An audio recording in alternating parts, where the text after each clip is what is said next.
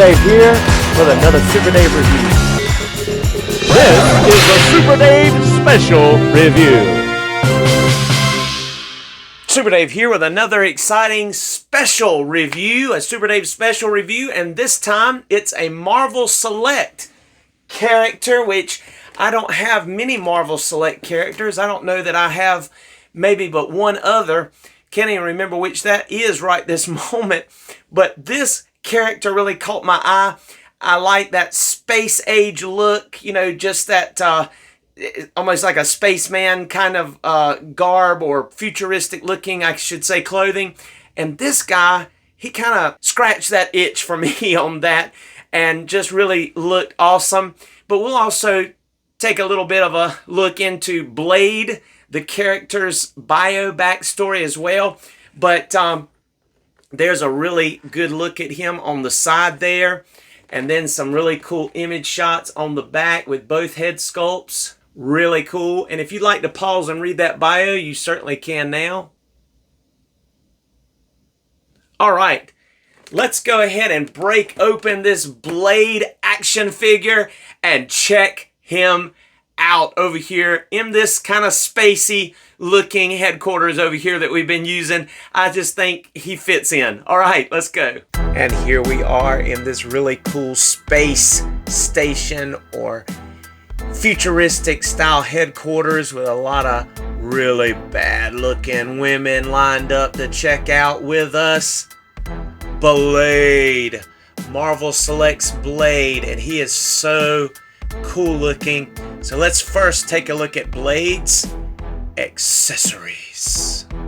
And first of all, Blade comes with two sets of hands, which oddly enough, both of them are like weapon holding hands. These are like trigger finger hands here, both horizontally hinged, and the ones that he come out of the box equipped with are more like sword or blade holding hands, both horizontally hinged as well. And then he comes with two head sculpts. He has this more angry, yelling head sculpt here. Really cool with shades, and you see in his teeth and some depth into the inside of the mouth there. And you can see how his hair is cut there. Very reminiscent of the Wesley Snipes Blade. And then you have a more calm and stoic face sculpt with the shades. Same goatee and buzz cut there with the hair sketched out. Really cool looking. Very, very calm, very serious looking face sculpt there. Just look at that armor. I just think he's so neat. And then he also comes with two pistol style weapons there. They're cool. And then he comes with two blades, a jagged edged handled blade there with a nice thick handle, and then some sort of curved blade there, and then a sword you can sheath on his back, and then some sort of nightstick or baton, kind of like a police officer carries at night, but it has an edge on the end of it, so I guess it would be more like a night stake or a baton with a sharp end on both ends here, but it has a little bit of a black covering on the middle section there of it, and then some sort of piece that looks like it might attach to one of his pistols that will also attach to him. Not sure exactly what it is, but it's thick and almost looks like a clip for a rifle, but at the same time it's a little thick, maybe twice the thickness that it should be if that's what it should be here. And then he also comes with these stakes that are snapped into the gauntlets on his wrists, and they are removable, whereas the ones that are around his leg in the belt there are not. They are molded on and then glued onto his leg, so they're not going to come off like the two that are on his gauntlets. But you can also see that he has a sheath on his back there, and that is non-removable, but it certainly will work. And it looks like he's got almost like ninja stars on his belt, but they're non-removable as well. And some other little devices that look like they're clipped on to his utility belt there, which are neat. Even those little blue bullet looking things there. So you can see that he's definitely decked out with quite a few features, including the holsters on his side and on his boots, both boots there. So we'll look at all of that equipped right now, as we're going to take a closer look at him as well as his articulation. All right, going ahead and bringing our Blade on in a little closer here. He is just an absolutely awesome looking action figure. Just take a look at those tattoos on his arms, his triceps, his shoulders, his bicep. Those are on both sides, almost like Samoan style, kind of, but not quite, like the sleeves that you see on Roman Reigns and The Rock, shoulder and stuff like that, pectoral muscles. I just love this chest plate that he's got. It goes down into his abdominal and back around here on the side. It's almost like, you see, it's like it's clipped on him here. You see it goes around to the back. Just so many details, just little things going on, just so cool. See the tattoos go all the way up into his neck region. Then his hair is just kind of etched out, trimmed out to complement that. So really cool looking. And then those black pants, some silver accents around the thigh buckles and the boots and the feet there. You see those, all these pieces, they're pretty much attached permanently or glued on or pegged in and glued on, but they don't come off. So that's one thing to notice. Let's go ahead and start with his head here. He's going to be able to look up a maximum about that much, so not a tremendous amount before his back of his head hits the back of his neck. He's going to be able to look down all the way. It looks really good there.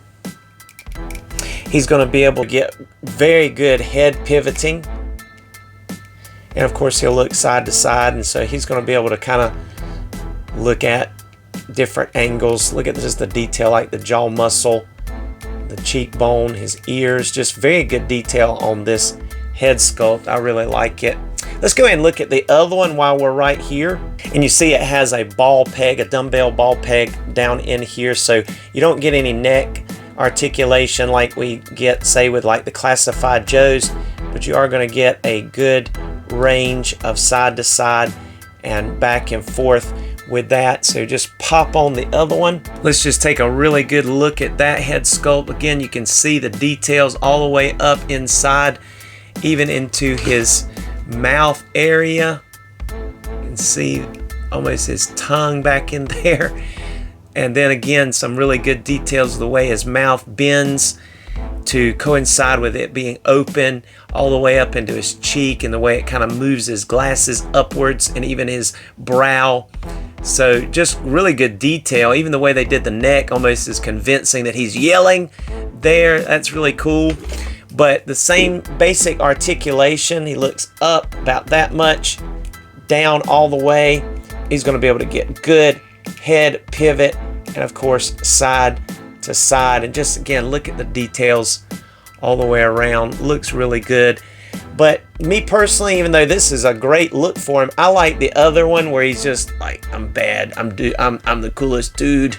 So let's go ahead and put that one back on, and we'll continue with the articulation and take a look at equipping some of these accessories as well. So his arms are going to be able to go all the way around 360. He is going to be able to go up about that much, not quite 90.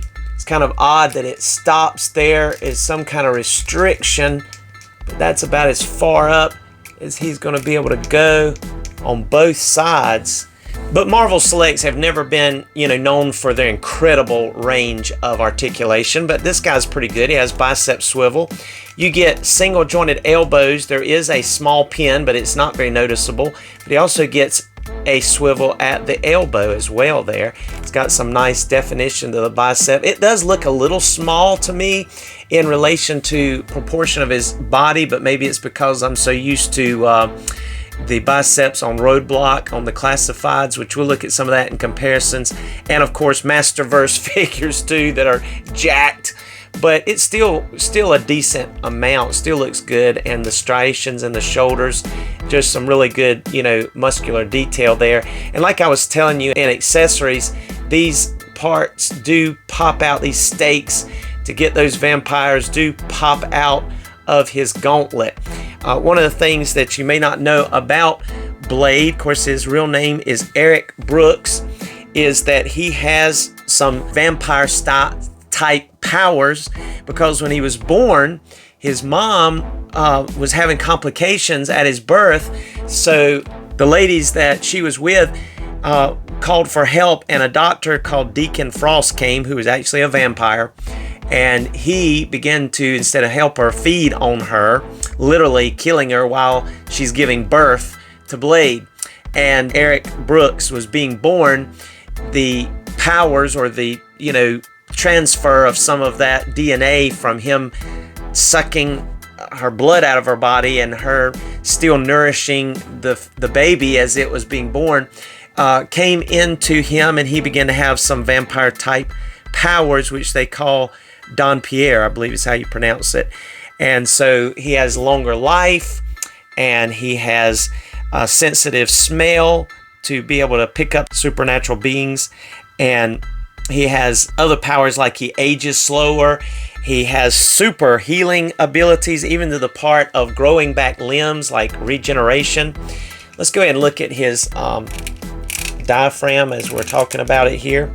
He's going to be able to bend forward a really good amount there. He's going to be able to bend back a really good amount, even to the point of it showing a little bit of the joint down in there, but still really good. And he's even going to be able to get some good side-to-side pivoting, and it's ratcheted. It ratchets there, so that's really cool. And then he also gets a turn at the waist, but you can also turn really good at that diaphragm joint, which is good. His legs, he's going to be able to get pretty much splits. It kind of hits here at this holster, but that's still pretty decent amount of splitting going on. And he does not have the drop down method, but he's tall enough pretty much, and he does have a thigh cut that's hidden by that strap there around his thigh, which that's, I think, nice. He's going to be able to get up a good amount, kicking better than 90 degrees there. He does have single jointed and ratcheted knees, which get pretty much 90 degrees. He does have a boot swivel, but he also has a knee swivel, so check that out. That's pretty interesting. Then he's going to be able to get full tip toes there. He's going to be able to go up pretty much all the way, and he gets generous rockers with the peg hole in the bottom. And just check out those cleats as well that you can see nice there on the bottom of the shoe. So that is really good articulation for this guy. You're going to be able to get some good stances. And while we're down here, let's go ahead and show you how you can put in some of these pieces. We got them back here on the table. Let's go ahead and start with the blade here, and you can, or the sword I should say, you can slide it right into Blade's sheath back there, which is really cool on his back. And then moving right along, you see where there's a place to put a pistol here on his side, so we can just pick whichever one we want and just go ahead and peg it in, because both will fit on either spot, so you can put it in either side, because the other pistol goes down here nearer to the bottom, and so you can go ahead and plug that one in down there. And then he's got another holster down here on his boot, as you can see on this side, and that is for this blade, which it has kind of a jagged edge handle, which is really neat, almost like spikes on it, and they're all silver metallic looking. And so you can just scoop that, oops, I missed it, scoop that right on in, and it fits nice and flush down in there and looks good. Looks really cool there. And then that's not all. We turn around to the back here, and you notice there's a little peg right here on his belt. That little blade, you notice that it also has a hole in the backs of it, so you can just kind of plug that right on into place and then swing that in whatever direction works best for you to get it out of the way, because if you don't want it down here, or when he sits down, you're going to have a problem. But it pegs right into place there. So however you'd like to put it, maybe up here on his back, kind of like that. However you'd like to put it, you can, and it will stay right there. Now, I noticed that he does have a hole back here as well, and even though Well, let me first show you this piece. This piece, if you see right here, there is a hole right here on that strap that coincides with the shape of this piece. So you can just plug that right into the back of his leg, and it goes right there. And I'll show you what I figured out that that's for in just a moment. But then he has one more piece, which again, he's got this hole back here on his back, and you say, well, what's that for? I wish they had put the sheath there so it could be removable. But even though I don't think this is what it's for, if you want him to store everything, yeah, you can even put that baton stake thing right there. That's the only other place I've been able to see that you could, you know, stick that. But yeah, technically you could put it there if you want him to store all of his stuff on his person. Wouldn't be a problem at all. So you can see there that he has everything equipped now. Every single thing that he comes with, he is just decked out now with all that stuff, and he is looking really cool. So that gives you an idea. But anyway, he teamed up with Spider-Man against Morbius, which is also a Dracula type figure. He went after Dracula. He teamed up even with the Avengers at one point. Anytime that somebody needed a vampire hunter, or what they called him, a daywalker, they would call on Blade, because he could not be turned into a vampire even if he was bitten because of his powers. But when Morbius bit him, not only did it cause him not to turn into a vampire, he didn't turn into one, but he's also developed the full powers of a vampire instead of just half the powers, but without the weaknesses. He wasn't vulnerable to stakes or crosses or any of that kind of stuff, or garlic. He was able to be invulnerable to all of those. So that is really cool in some of his backstory. And he also had kind of a spidey sense, a danger sense. And of course, after he was, his mom died and he was raised by some women, they taught him, or he learned during that time, martial arts, and learned how to fight with sword and blades and things too. So that's cool. That's a little bit of a look and backstory on this character, but that's not necessarily what I'm going to use him for. I'm going to use him to go along with, like I said, some of my space men looking characters, and even possibly some of my G.I. Joe figures, and even my Avengers figures if I want to. I'll use him wherever he will fit, because he's got that unique look, kind of like, I would say, the Wesley Snipes look, but you know, you can make up your own mind on that. He also worked with Ghost Rider, and they developed the Night Stalker team. And something else that is really cool about his gun, and that piece that pops on the back of his thigh there. So let's go ahead and see what that's all about. So we're going to go ahead and remove this gun here and the one over here, and see how this all works out. All right, so we have these three pieces here, and if you'll notice, there is a little peg on the back of that one right there, as you see, and then there is a big hole in the barrel of that one.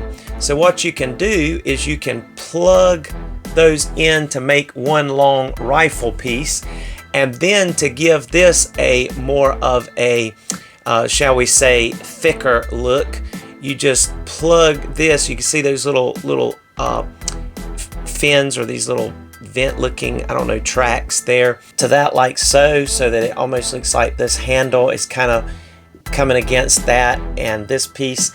And so there you see, you have a rifle now, a thick barrel back, or a thick handle back there, which I don't think he's going to actually hold that handle, probably.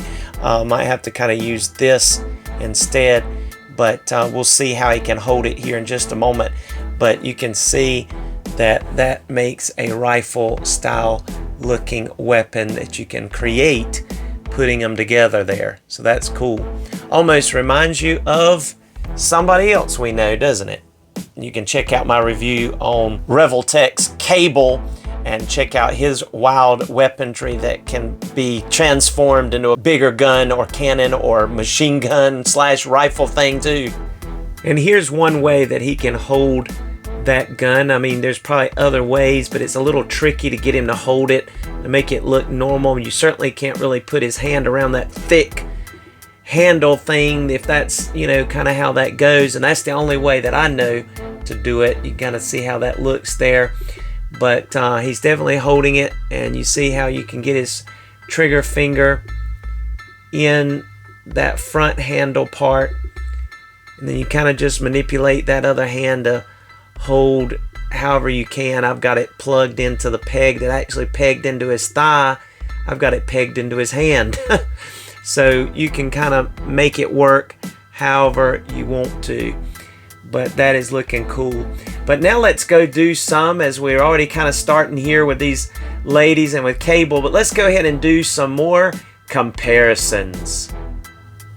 I think this Blade action figure looks great beside that Revoltech cable, as well as our NECA Sarah Connor action figure. She's a little shorter, but that fits in, I think, with the style. And then I did some kit bashing with these wrestling chicks to give different heads to them, as well as arms and some hands and vests there, just kind of swapping parts. That's actually a Mythic Legion head sculpt on that wrestling body with some different parts there, as well as our G.I. Joe Classified Zorana, that's Zartan's sister, and then Action Force Pandora. So you see how they look alongside of this cable, looking cool. They are definitely shorter. I'll show you here. You can definitely tell that the Classified series is so much shorter than this 7-inch scale. But you know, you could do some photos and some staggering as far as where you place them to make it not look as bad. And there is our Blade getting ready to sword fight with Storm Shadow, our G.I. Joe Classified Storm Shadow, and that looks pretty good.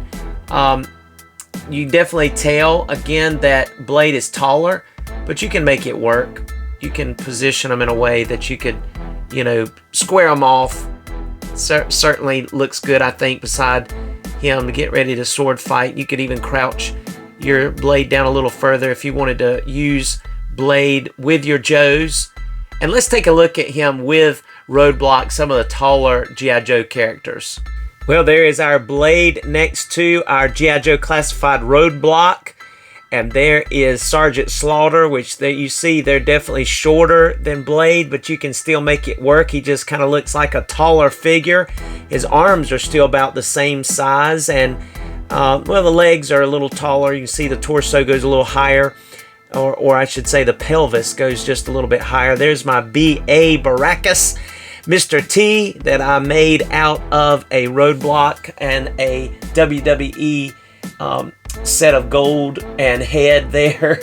And I think they look really good together. Mr. T's still a little bit shorter, but and then I made this Roadblock here in G.I. Joe Classifieds. I'm calling him Heavy Duty. There was a Heavy Duty figure, and to me he looks more like Heavy Duty than a Roadblock, and I don't need two Roadblocks, so putting that out there with him. And then there is Luke Cage, a Marvel Legends Luke Cage, and they're about the same height as the G.I. Joe Classified. You know, he's a big guy for a Marvel Legends, pretty tall. And I think they just look awesome together here with these G.I. Joe Classified figures. This Blade does. And Blade actually looks short beside Storm Collectibles Augustus Cole by Gears of War 5. And then here is DC Lobo, Superman's one of his nemesis from Storm Collectibles. Also, he's kind of looking short beside these dudes compared to the other ones that we looked at just a moment ago. So that's interesting. And here is our Blade with Loose Collectibles Tarna and Heavy Metal Tarna, and there's McFarlane's Superboy, DC Superboy, and Marvel Legends Dark Phoenix on a flight stand. You can just see how he fits in with these different kinds of characters. Looks good beside that McFarlane 7-inch Superboy. And then finally, here is our Blade next to NECA's Flash Gordon, one of their incarnations of that figure, and I think he looks good next to him. Blade is still a little bit taller, but he really looks good next to this McFarlane Manta from Aquaman. Man, that guy, I like that character anyway, Manta, but he looks really good next to Blade. I mean, they match up, I think, perfect together on that front. So, very cool.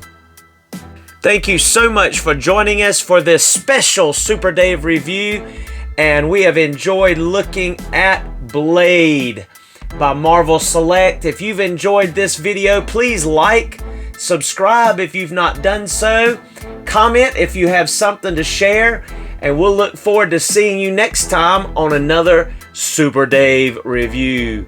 Be blessed. Here's some photos in the photo gallery.